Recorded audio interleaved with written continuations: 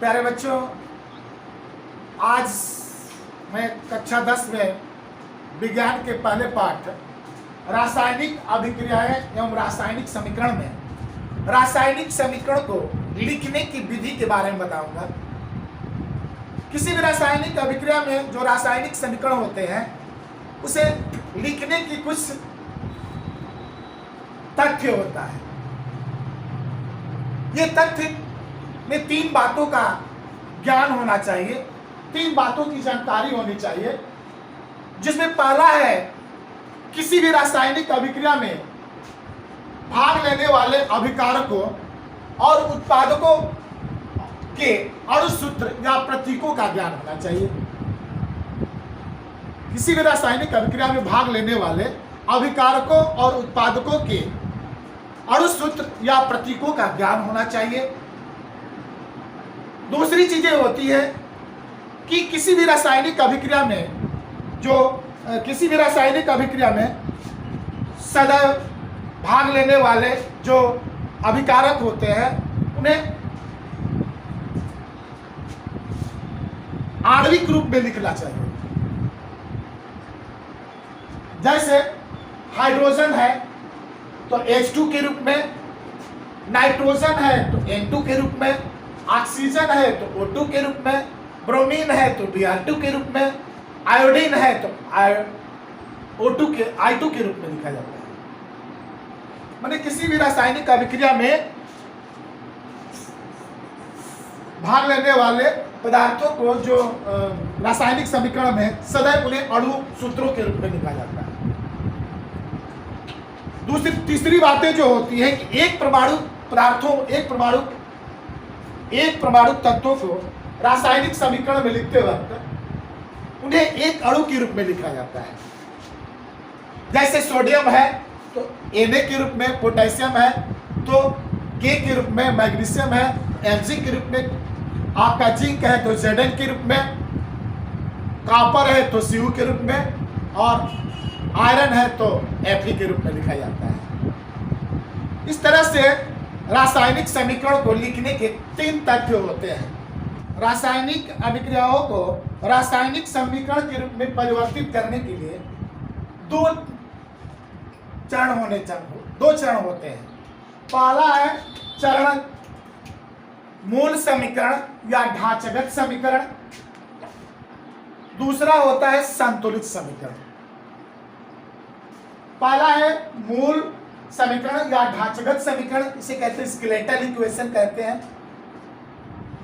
देखिए, skeletal equation में या ढांचागत समीकरण में किसी रासायनिक अभिक्रिया में भाग लेने वाले अभिकारकों और उत्पादकों के मध्य में हम तीर का निशान बनाते हैं।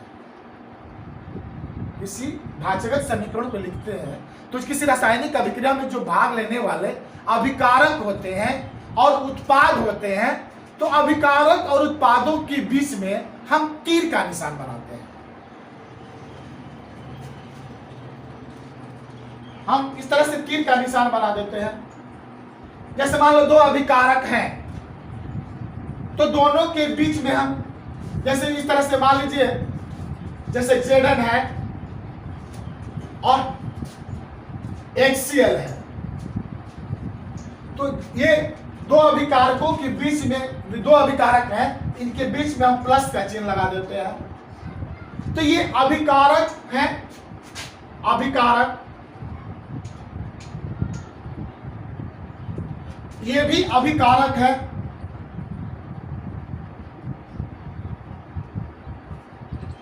और यदि जब हम उत्पाद को लिखने होते हैं तो उत्पाद को लिखने से पहले हम तीर का निशान बना देते हैं। तो यहां पर मान लीजिए ZnCl2 बन गया और H2 बन गया। तो इस तरह से हम ढांचागत रासायनिक समीकरण को लिखते हैं। दूसरी चीजें होती है कि रासायनिक अभिक्रिया में भाग लेने वाले अभिकारकों को हम LHS के रूप में लिखते हैं। LHS के रूप में लिखते हैं, LHS के रूप में लिखते हैं। और जो उत्पाद होते हैं वो उन्हें RHS के रूप में लिखते हैं। ये उत्पाद है, उत्पाद है, तो इसे हम RHS के रूप में लिखते हैं। रासायनिक अभिक्रिया में भाग लेने वाले अभिकारकों को LHS के रूप में लिखते हैं और उत्पाद को RHS के रूप में लिखते हैं। ये रासायनिक अभिक्रियाओं में जो अभिकारक और उत्पाद होते हैं, तो यदि दो अभिकारक हैं तो दोनों के बीच में प्लस का चिन्ह लगाएंगे। यदि दो उत्पाद भी है तो इनके भी बीच में प्लस का चिन्ह लगा देते हैं। तीसरी चीजें होती है, यदि अभिकारक अभिक्रियाएं जो है यदि उत्क्रमणीय है तो उत्क्रमणीयता का चिन्ह लगाते हैं। यदि अभिक्रियाएं दोनों दिशाओं में चलने वाली होती है तो इसे अर्ध तीरों के द्वारा हम प्रदर्शित करते हैं। इसे अर्ध तीरों के द्वारा प्रदर्शित करते हैं। अर्ध तीर जो है उत्क्रमणीयता की पहचान होती है, इसे उत्क्रमणीयता कहते हैं।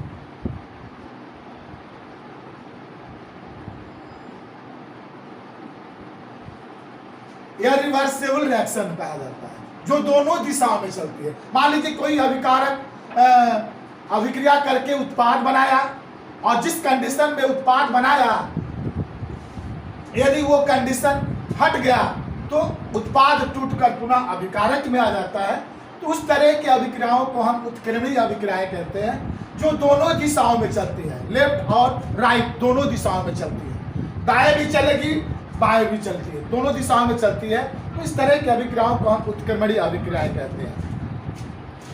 तो आप देखेंगे हम रासायनिक समीकरण में उत्क्रमणीय अभिक्रियाओं के जो उदाहरण है, जैसे मान लीजिए N2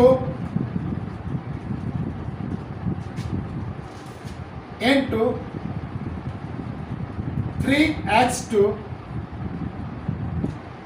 H2, तो यहां पर इस तरह से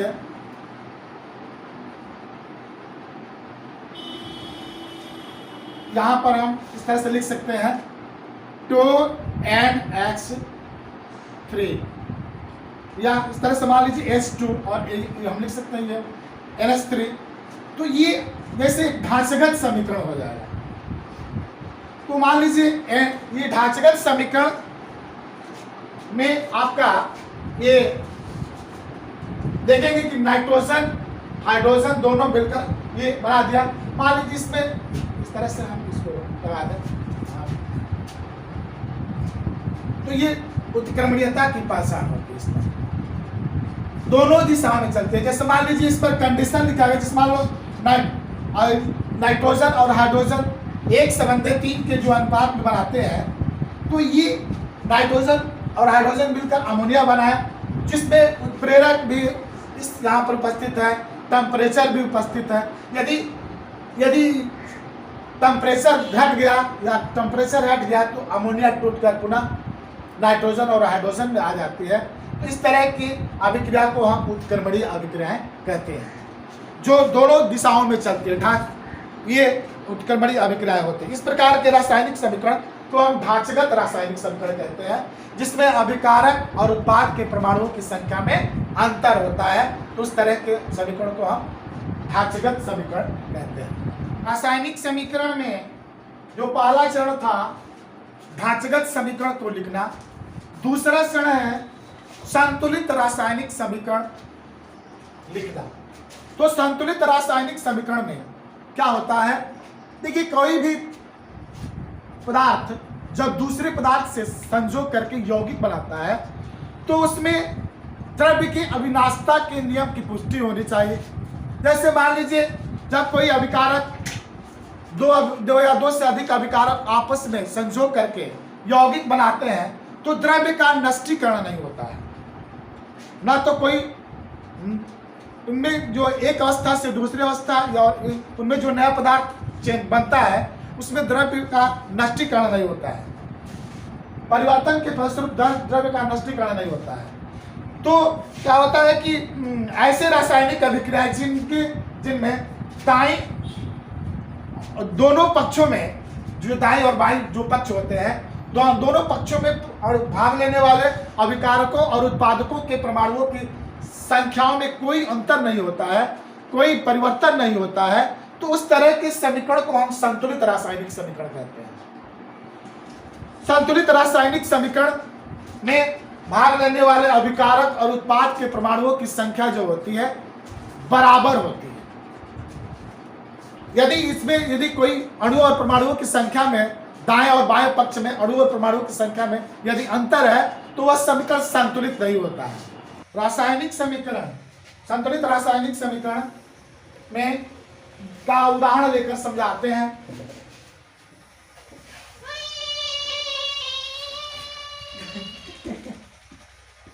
जैसे मैग्नीशियम का वायु में दहन होना। मैग्नीशियम रिबन जो मैग्नीशियम है, जो वायु में दहन से मैग्नीशियम ऑक्साइड बनाता है। तो देखिए जैसे Mg+O2, ये MgO बनाता है। ये MgO जो बन गया, तो ये मैग्नीशियम और ऑक्सीजन दहन के फलस्वरूप मैग्नीशियम ऑक्साइड बनाता है। लेकिन ये ढांचागत समीकरण है, ढांचागत समीकरण है। इसमें मैग्नीशियम के एक परमाणु और ऑक्सीजन के दो परमाणु मिलकर मैग्नीशियम ऑक्साइड बनाते हैं। तो देखिए अभिकारक में मैग्नीशियम के परमाणुओं की संख्या 1 है और ऑक्सीजन के परमाणुओं की संख्या 2 है। इस तरह से यहां पर जब ये उत्पाद में देखते हैं तो मैग्नीशियम के परमाणुओं की संख्या 1 है और ऑक्सीजन के परमाणुओं की संख्या 1 है। तो दोनों तरफ परमाणुओं की संख्या में ये डिफरेंस है, अंतर है। अभिकारक में मैग्नीशियम के परमाणुओं की संख्या 1 है और उत्पाद में भी 1 है। तो मैग्नीशियम तो संतुलित है, लेकिन ऑक्सीजन के परमाणुओं की संख्या 2 है और अभिकारक में, जबकि उत्पाद में 1 ही है। तो इसे संतुलित करने के लिए हम क्या करते हैं, इस रासायनिक समीकरण को संतुलित करने के लिए हम इस संख्या को दोनों पक्षों में बराबर करने के लिए इसे उत्पाद की तरफ हम 2 का गुणांक कर देंगे। तो देखिए कैसे इसे लिखते हैं। इसे मान लीजिए Mg+O2 और ये एरो बना देंगे और यहां 2MgO लिख देंगे, 2MgO लिख देते हैं। तो ये इधर भी मैग्नीशियम के परमाणुओं की संख्या 1 है, तो इधर भी 1 हो, इधर 2 हो गया। इधर ऑक्सीजन के परमाणुओं की संख्या 2 है, तो इधर भी 2 हो गया। तब क्या करेंगे, देखते हैं कि इधर मैग्नीशियम के परमाणुओं की संख्या 2 हो गई और इधर ऑक्सीजन के परमाणुओं की संख्या 2 हो गई। तो फिर हम लिखते हैं, यहां पर मैग्नीशियम को भी 2 कर देते हैं, तो हमारा जो है समीकरण जो है संतुलित समीकरण हो जाता है।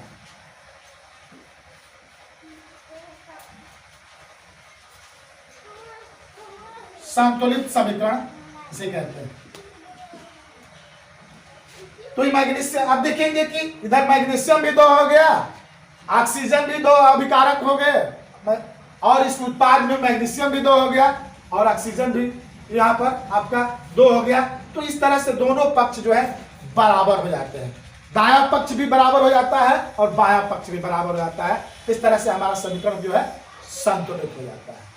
तो इस तरह से आप लोगों को मैंने इस चैप्टर में रासायनिक समीकरण लिखने के तरीके सिखाया, बताया और रासायनिक समीकरण के जो चरण, 2 तरह के जो चरण होते हैं, ढांचागत समीकरण और संतुलित समीकरण। तो ढांचागत समीकरण क्या होता है, जिसमें अभिकारक और उत्पाद के परमाणुओं की संख्या में अंतर होता है, ऐसे समीकरण को हम ढांचागत या स्केलेटल इक्वेशन कहते हैं।